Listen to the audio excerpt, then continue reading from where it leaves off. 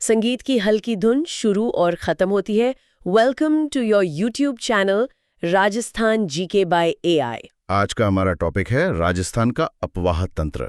भूगोल का एक बहुत ही महत्वपूर्ण अध्याय है ये। बिल्कुल।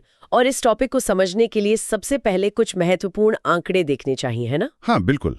जैसे कि राजस्थान में भारत के कुल सतही जल का सिर्फ 1.16% है। सिर्फ 1.16%। यह आंकड़ा अपने आप में बहुत कुछ कहता है। सही में। और एक और आंकड़ा है कि राजस्थान में 13 नदी बेसिनों में कुल सतही जल की जो क्षमता है वो 15.86 मिलियन एकड़ फीट है। 15.86 MAF। और ये आंकड़े इतने महत्वपूर्ण हैं कि जैन 2022 और लाइब्रेरियन 2016 की परीक्षाओं में पूछे भी जा चुके हैं। बिल्कुल। तो चलिए अब कुछ बुनियादी परिभाषाओं को समझते हैं ताकि सब कुछ साफ हो जाए। हाँ, सबसे पहले तो अपवाह। ये शब्द हम बहुत सुनते हैं।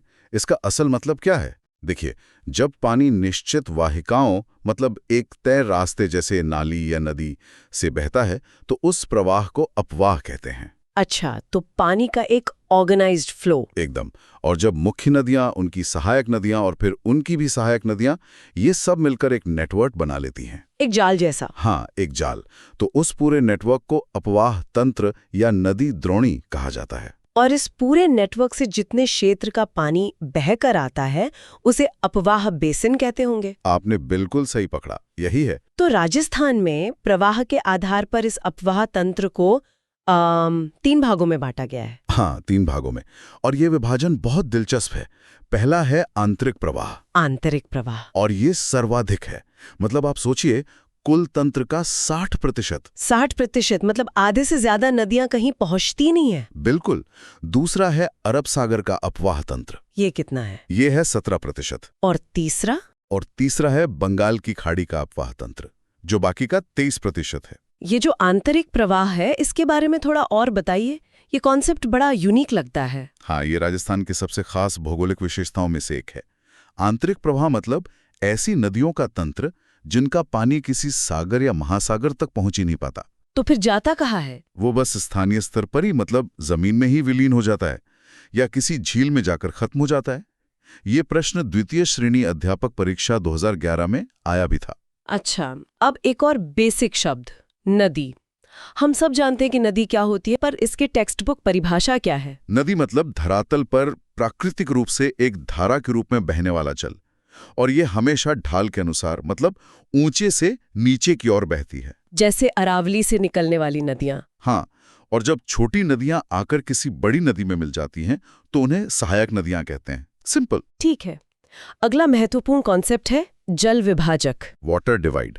ये बहुत जरूरी है। ये क्या होता है? जब कोई पर्वत या कोई ऊंची भूमि एक नदी द्रोणी को दूसरी नदी द्रोणी से अलग करती है तो उसे जल विभाजक कहते हैं। कोई उदाहरण? सबसे बड़ा उदाहरण तो भारत में अरावली पर्वत श्रेणी है। अच्छा। हाँ, अरावली और उसके उत्तर का जो ऊंचा भाग है वो सिंधु और गंगा द्रोणियों को अलग करने का काम करता है। ये राजस्थान पुलिस 2020 की परीक्षा में पूछा गया था। तो अरावली एक तरह से एक दीवार है जो पानी का रास्ता तय करती है। एकदम सही। और इसी से जुड़ा है जल संभर।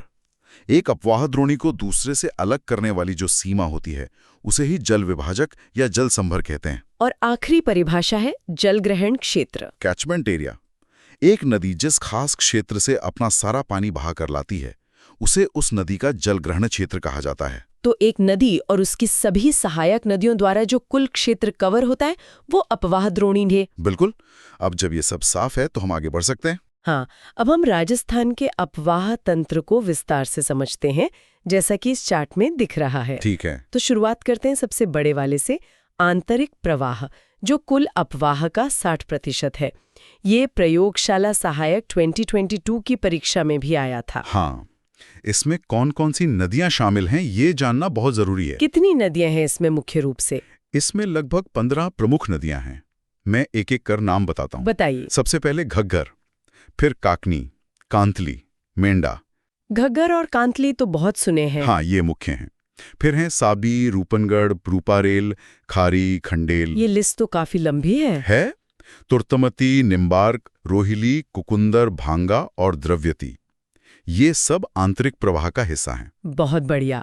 अब दूसरे प्रकार पर आते हैं, अरब सागर का अपवाह तंत्र, जो कि 17% है। हाँ, 17%। ये EONRO 2023 में पूछा गया था। अरब सागर में गिरने वाली नदियों को समझने का सबसे अच्छा तरीका है कि हम मुख्य नदी और फिर उसकी सहायक नदियों के ग्रुप में पढ़ें।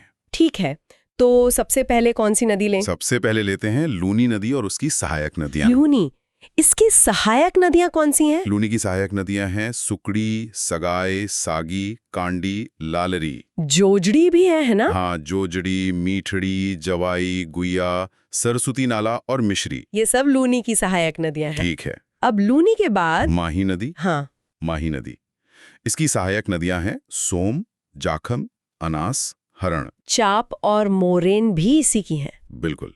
चाप, मोरेन, एराव और भादर, ये सब माही की सहायक नदियां हैं। आगे बढ़ते हैं साबरमती नदी की ओर। साबरमती की सहायक नदियां हैं सेई नदी, हथमती, वात्रक, वेत्रक, माजम और मेशवा। और अरब सागर तंत्र में एक और नदी बची, पश्चिमी बनास। हाँ, पश्चिमी बनास, इसकी सहायक नदियां हैं सुकड़ी। एक मिनट, सुकड़ी तो लूनी की भी सहायक नदी है? हाँ, ये अलग अलग नदियां हैं जिनके नाम एक जैसे हैं। तो पश्चिमी बनास की हैं सुकड़ी, कुकड़ी, गोलन, धारवल और सिपू।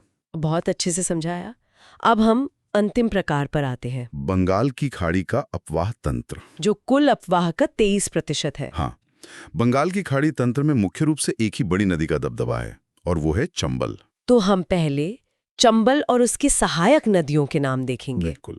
चंबल की प्रमुख सहायक नदियां हैं बनास, पार्वती, काली सिंध, छोटी काली सिंध, सिप्रा भी है। हाँ, सिप्रा, गुजाली, ब्रह्मणी, एज, कोराल, आलनिया, मेज। चाकण, सीप और ईसरू। एकदम सही। यहाँ एक बात ध्यान देने वाली है, बनास नदी जो खुद चंबल की सहायक है, वो अपने आप में एक बहुत बड़ी नदी है। बिल्कुल। उसकी अपनी सहायक नदियां हैं जिनका एक पूरा तंत्र है। तो अब हम बनास की सहायक नदियों को देखेंगे। हाँ, तो बनास की सहायक नदियां हैं बेड़च, मेनाल, कोठारी, खारी, ढाई, माशी और मोरेल। एकदम सही। ये सब मिलकर पहले बनास में मिलती हैं और फिर बनास चंबल में मिल जाती है। तो ये था राजस्थान के अपवाह तंत्र का एक विस्तृत वर्गीकरण, तीनों तंत्रों की मुख्य नदियां और उनकी सहायक नदियां। हाँ, ये पूरा ढांचा है। Like, share and subscribe.